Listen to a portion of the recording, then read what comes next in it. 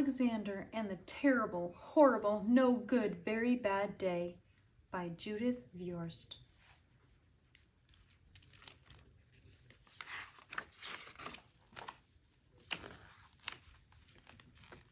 I went to sleep with gum in my mouth, and now there's gum in my hair, and when I got out of bed this morning, I tripped on the skateboard, and by mistake, I dropped my sweater in the sink while the water was running.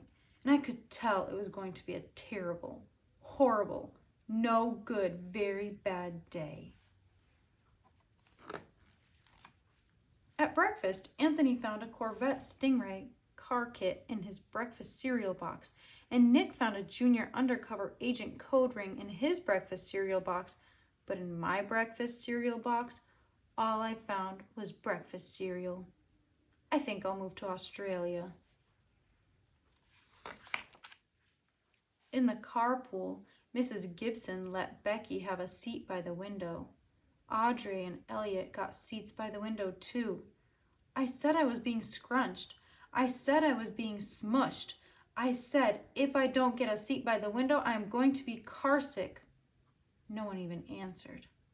I could tell it was going to be a terrible, horrible, no good, very bad day. At school, Mrs. Dickens liked Paul's picture of the sailboat better than my picture of the invisible castle. At singing time, she said I sang too loud. At counting time, she said I left out 16. Who needs 16? I could tell it was going to be a terrible, horrible, no good, very bad day. I could tell because Paul said I wasn't his best friend anymore. He said that Philip Parker was his best friend, and that Albert Moyo was his next best friend, and that I was only his third best friend. I hope you sit on a tack, I said to Paul. I hope the next time you get a double-decker strawberry ice cream cone, the ice cream part falls off the cone part and lands in Australia. There were 2 cupcakes in Philip Parker's lunch bag, and Albert got a Hershey bar with almonds, and Paul's mother gave him a piece of jelly roll that had little coconut sprinkles on the top. Guess whose mother forgot to put in dessert?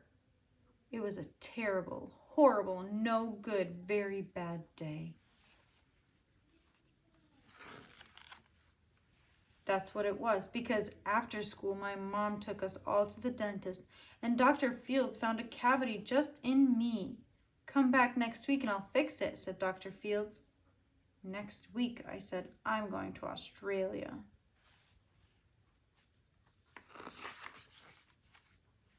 On the way downstairs, the elevator door closed on my foot, and while we were waiting for my mom to go get the car, Anthony made me fall where it was muddy. And then when I started crying because of the mud, Nick said I was a crybaby, and while I was punching Nick for saying crybaby, my mom came back with the car and scolded me for being muddy and fighting.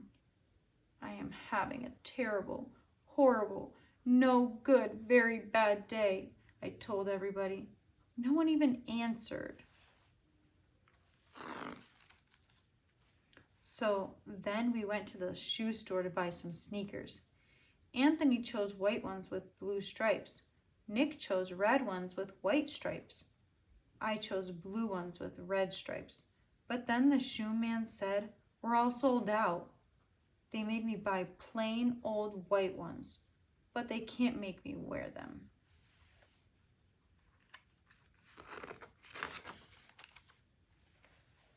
When we picked up my dad at his office, he said I couldn't play with his copying machine, but I forgot. He also said to watch out for the books on his desk, and I was careful as could be except for my elbow. He also said, don't fool around with his phone, but I think I called Australia. My dad said, please don't pick him up anymore.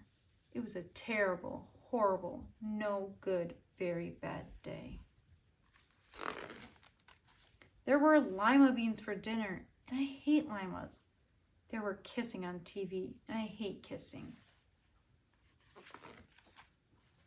My bath was too hot. I got soap in my eyes, my marble went down the drain, and I had to wear my railroad train pajamas. I hate my railroad train pajamas. When I went to bed, Nick took back the pillow he said I could keep, and the Mickey Mouse nightlight burned out, and I bit my tongue. The cat wants to sleep with Anthony, not me. It has been a terrible, horrible, no good, very bad day. My mom says some days are like that. Even in Australia.